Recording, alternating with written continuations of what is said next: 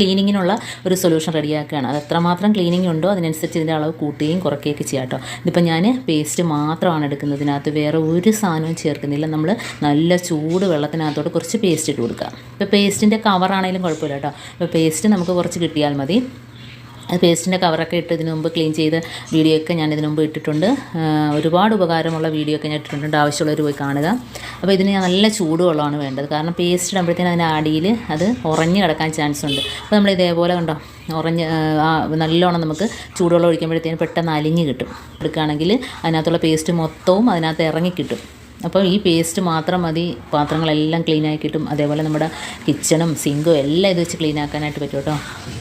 അപ്പോൾ അതുകൊണ്ട് ആ ബൗൾ തന്നെ നല്ല രീതിയിൽ വെളുത്ത് കിട്ടിയിട്ടുണ്ട്. കറയുള്ള ബൗളാണ്. അപ്പോൾ നമ്മൾ സ്ഥിരം ചായയൊക്കെ കുടിക്കുന്ന ഗ്ലാസ്സൊക്കെയിലൊക്കെ നല്ല കറയായിരിക്കും. അതൊക്കെ ഈ ഒരു വെള്ളത്തിനകത്തോട്ട് ഇട്ട് ഒരു അരമണിക്കൂറോ 10 മിനിറ്റോ വെച്ചിട്ട് നമ്മൾ വെറുതെ ഒന്ന് കഴുകിയെടുക്കുകയാണെങ്കിൽ ജസ്റ്റ് അതിനകത്തുള്ള എല്ലാ കറയും പോയി കിട്ടും. ഇതിപ്പോൾ ഞാൻ അതിനൊന്നും സമയമില്ല, കാരണം അതിനകത്തോട്ട് ഇട്ട് കഴുകി കാണിക്കുകയാണ് ചെയ്യുന്നത്.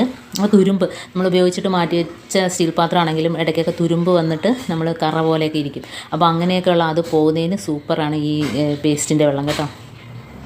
അപ്പോൾ ഈ ഡപ്പയൊക്കെ നമ്മൾ ഉപയോഗിച്ചിട്ട് മാറ്റി നമ്മൾ ഉപയോഗിക്കാതെ കഴിയുമ്പോഴത്തേന് അതിനകത്തൊക്കെ ചെറിയ തുരുമ്പിൻ്റെയൊക്കെ അംശങ്ങളൊക്കെ കാണാനുണ്ട്.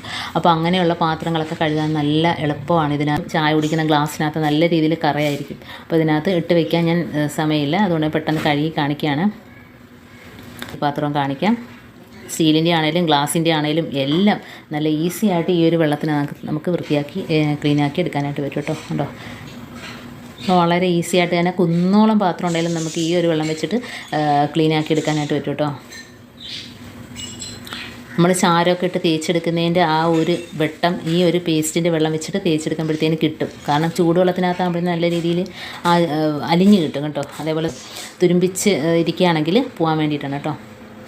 ആ തട്ടിൻ്റെ ഭാഗത്ത് എപ്പോഴും പാലോ വെള്ളമോ ചായയൊക്കെ വീണിട്ട് തുരുമ്പിച്ചിരിക്കും. അപ്പോൾ ആ തുരുമ്പ് പോകണമെങ്കിൽ നമുക്ക് ഇതേപോലെ ഒന്ന് തൊട്ട് തേച്ചിട്ട് ഒന്ന് തുടച്ചെടുത്താൽ മതി. വളരെ ഈസി ആയിട്ട് തന്നെ കണ്ടോ ഗ്യാസ് സ്റ്റോപ്പും ക്ലീനായിട്ട് കിട്ടിയിട്ടുണ്ട്.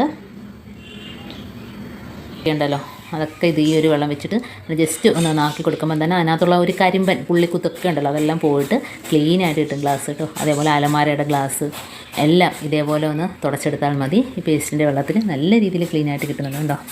അതിനകത്തുള്ള പുള്ളി കരിമ്പൻ എല്ലാം പോയിട്ട് ക്ലീനായിട്ട് കിട്ടിയിട്ടുണ്ട്. അതേപോലെ തന്നെ ഇതുകൊണ്ട് വാഷ് ബേസ് നല്ല രീതിയിൽ കറയായിട്ട് കിടക്കുന്നതുണ്ട്. ഇതേപോലെ കുറച്ച് വെള്ളം ഒഴിച്ച് കൊടുക്കുക. അത്യാവശ്യം ഭയങ്കര കറയാണെങ്കിൽ കുറച്ചുകൂടെ പേസ്റ്റ് ഇട്ട് കൊടുക്കുക കേട്ടോ. നല്ല രീതിയിൽ പതിഞ്ഞ് കിട്ടാൻ വേണ്ടിയിട്ട് കുറച്ച് പേസ്റ്റ് കൂടെ ഇട്ട് കൊടുക്കുക. കാരണം ഒരുപാട് അഴുക്കുണ്ടെങ്കിൽ നമുക്ക് കുറച്ച് തന്നെ ക്ലീനാക്കി എടുത്തിട്ടുണ്ട്. അപ്പോൾ എത്ര പഴകിയ കറ പിടിച്ച വാഷ് ബേസിനാണെങ്കിലും നല്ല രീതിയിൽ ക്ലീനായിട്ട് കിട്ടും കേട്ടോ.